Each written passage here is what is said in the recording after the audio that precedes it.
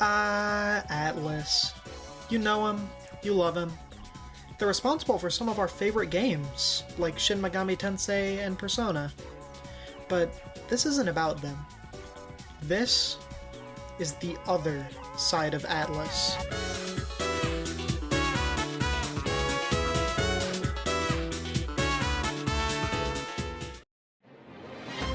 Yeah, I know.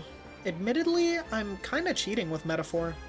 It's close to Persona in a lot of ways, but at the same time, it feels important. For a lot of Megaten fans, this is probably their first step out of SMT and Persona. And you can feel the familiar DNA, like the social link system from Persona and the press-turn battle system from SMT. But all of it's reshaped into something that still stands on its own. And instead of the usual modern setting, you're dropped into a full fantasy world. The tone's different, the atmosphere's different, and even the themes feel a bit more outward-looking. It's Atlus stretching its legs a little, while still holding on to what makes their game special. I could honestly go on for hours about this game. I love it to death, but you've probably already heard people sing its praises, or maybe you've even played it yourself. And as much as it deserves the spotlight, there are other Atlus games that deserve it just as much. So let's talk about those.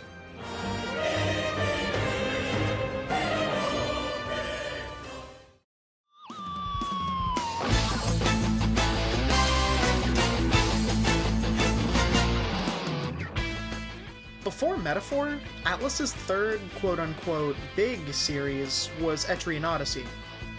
If you've never played one of these games, they're very much their own thing. No cutscenes, no social sim segments, just you, your party, and a massive labyrinth that absolutely does not care about your feelings.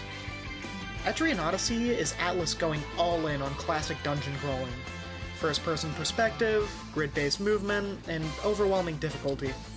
The kind of game where the first few hours are less about feeling powerful and more about survival. It almost feels like a roguelite in a way, just without having to start from the beginning after death. Speaking of, Etrian Odyssey does have a spin-off called Etrian Mystery Dungeon that is a roguelite. But what really makes this series stand out is how hands-on it feels. The big gimmick, especially on DS and 3DS, was the mapping system. You didn't just explore dungeons, you had to map them out yourself on the bottom screen. Every wall, every door, every shortcut. At first, it just feels like a novelty, but after a while it becomes the heart of the experience. You start paying attention to the layout, the patterns, even the little details that you'd normally ignore. The dungeon stops being a backdrop and starts feeling more like a place you actually understand. Then, there's the party building. You don't get a set cast of characters like most RPGs. You build out your own guild from scratch. Different classes, different skill trees, and different synergies.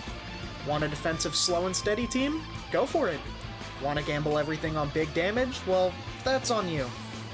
Half the fun is tinkering with builds and realizing a few hours later that you probably should have invested those points somewhere else.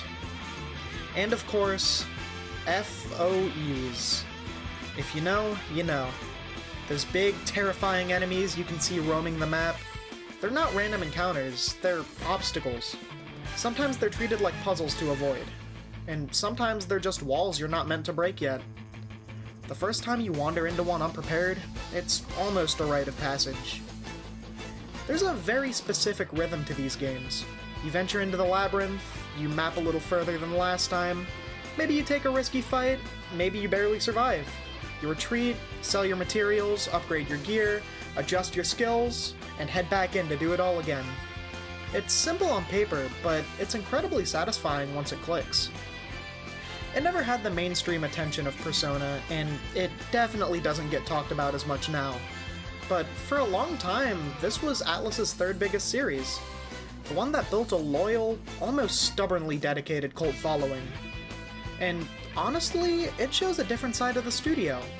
Less about spectacle, more about systems. Less about story and more about mechanics. It's demanding, sometimes frustrating, but if it grabs you, it really grabs you.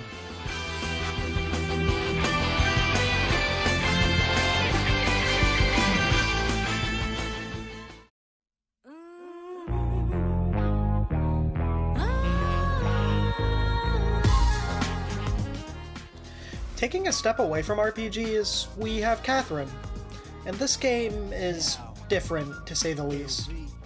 You play as Vincent, a 30-something-year-old man who's just drifting through life, stuck in a relationship he's unsure about, and suddenly dealing with a very complicated situation that he is absolutely not emotionally equipped for.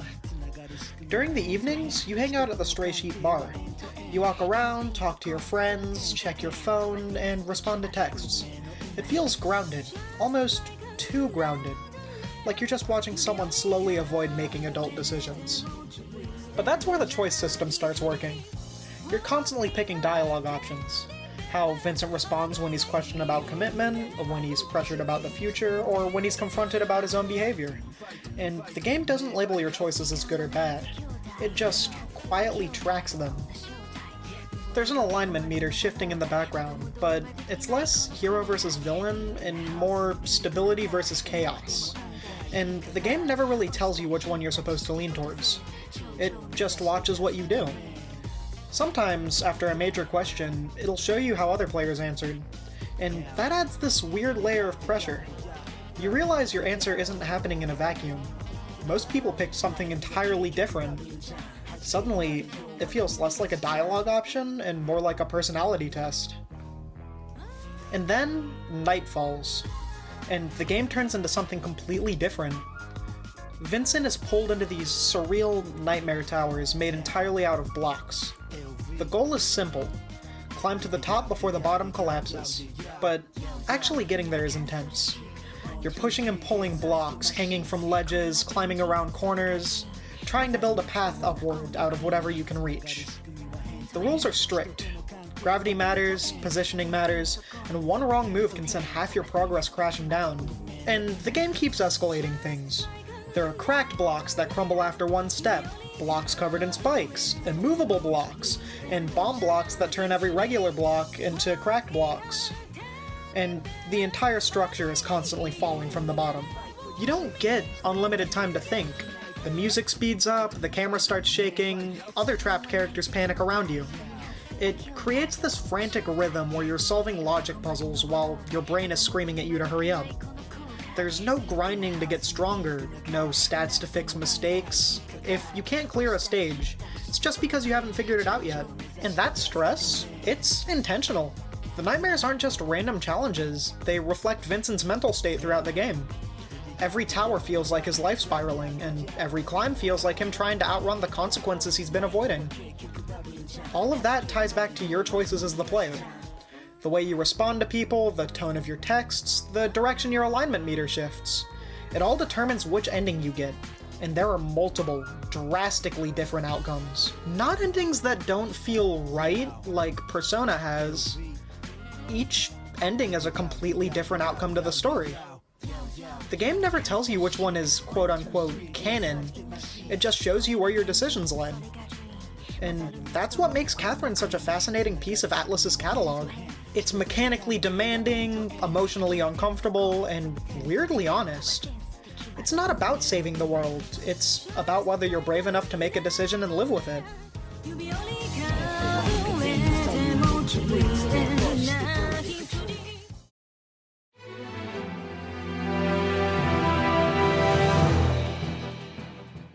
Alright, I'm gonna end this one off with a slightly more obscure one. Radiant Historia. This is one of those games where if you know, you know. It didn't blow up, it wasn't everywhere online, it just kind of existed quietly on the DS. And if you happened to pick it up, you probably walked away thinking, why does nobody talk about this? You play as Stock, who's basically stuck in the middle of a war that's going very, very badly. Entire regions are turning into desert. Countries are collapsing. Everyone's making desperate decisions. Pretty early on, the game hands you this book called The White Chronicle. That's when things get interesting. The story splits into two major timelines based on a decision you make. Normally in an RPG, that would mean picking a route and living with it.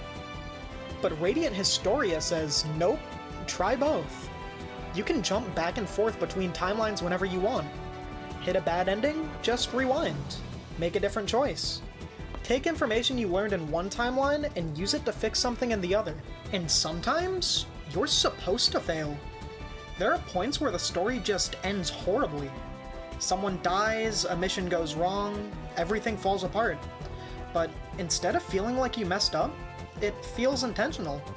Like the game expects you to see that outcome before finding the better one. It makes the time travel mechanic feel like it actually matters, not just a gimmick. And the combat is way more interesting than it looks at first. Battles take place on a small 3x3 grid.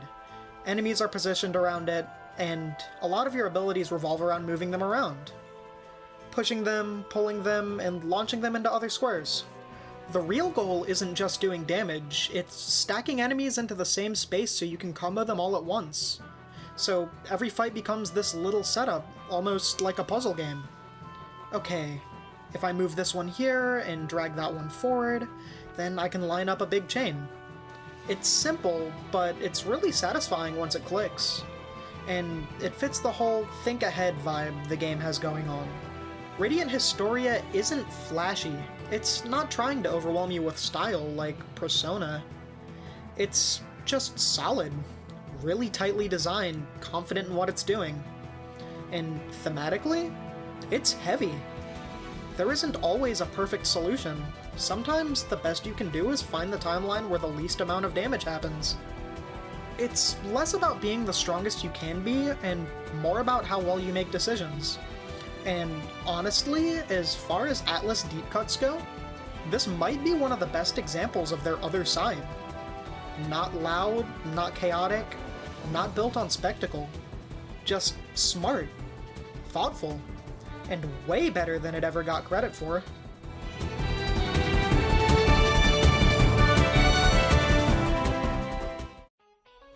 Hey guys, Editor Nick here. Thank you so much if you made it this far in the video. I really put a lot of effort into it. Atlus as a whole has been a huge part of my life since I was about 13, which is crazy to think about, but is 9 years ago at this point. So I'm really happy I got to make a video like this, just talking about something I'm really passionate about. Let me know in the comments what I could have done better, if there was anything wrong with the video, or if you liked the video and want a part 2, because I wouldn't mind making one. Anyway, thank you guys, but that's all the time I got. I gotta get back to playing Shin Megami Tensei Strange Journey on my Nintendo 3DS.